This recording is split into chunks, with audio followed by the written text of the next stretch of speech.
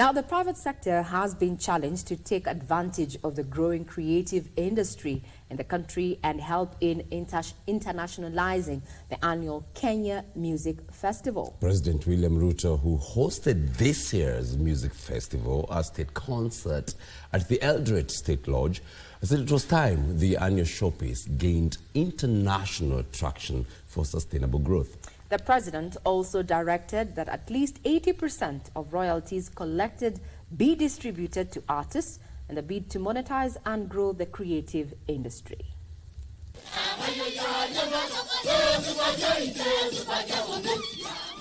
Eldoret State Lodge played host to the 96th edition of the annual Music Festival Winner State Concert.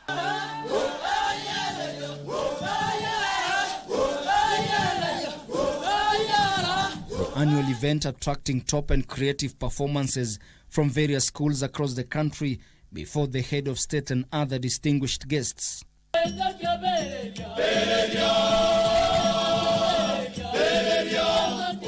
The various literary performances mirrored the cultural, political and social aspects that define Kenya's heritage.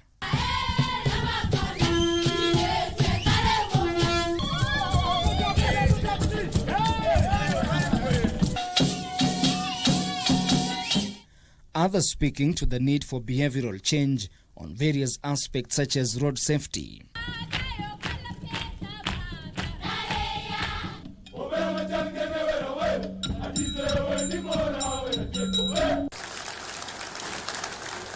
President William Ruto led the calls for the private sector to complement government efforts in internationalizing the annual showpiece for the purposes of growing further the creative economy in the country.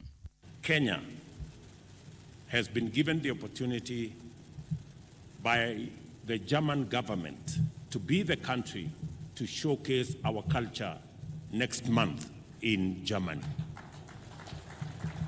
And among the participants that will participate in that event in Bonn in Germany will come to this festival. It shouldn't be that government should be the only partner that puts resources to this sector.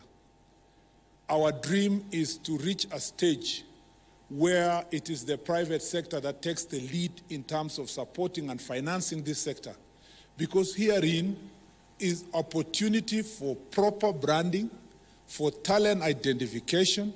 Being one of the 5 pillars of the Better Agenda, President Ruto directed those charged with managing the creative economy to place artists at the center of royalties collection.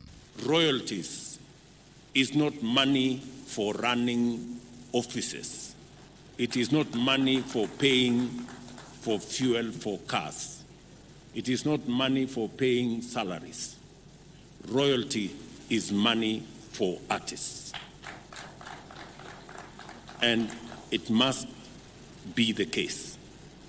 So going forward, the copyright space, the whole creative industry management must now focus on ensuring that 80% of the money raised as royalties in this sector get to the artists. By tailoring the annual Kenya Music Festival to attract international recognition, the president said Kenya bears immense potential for cultural tourism. We must promote these classes and document these dances to ensure they are preserved for current and future generations. We must position Kenya as a cultural and music tourism hub, both at the county and national level. Thank you for being our spring of motivation. Thank you for your moral and principal lessons.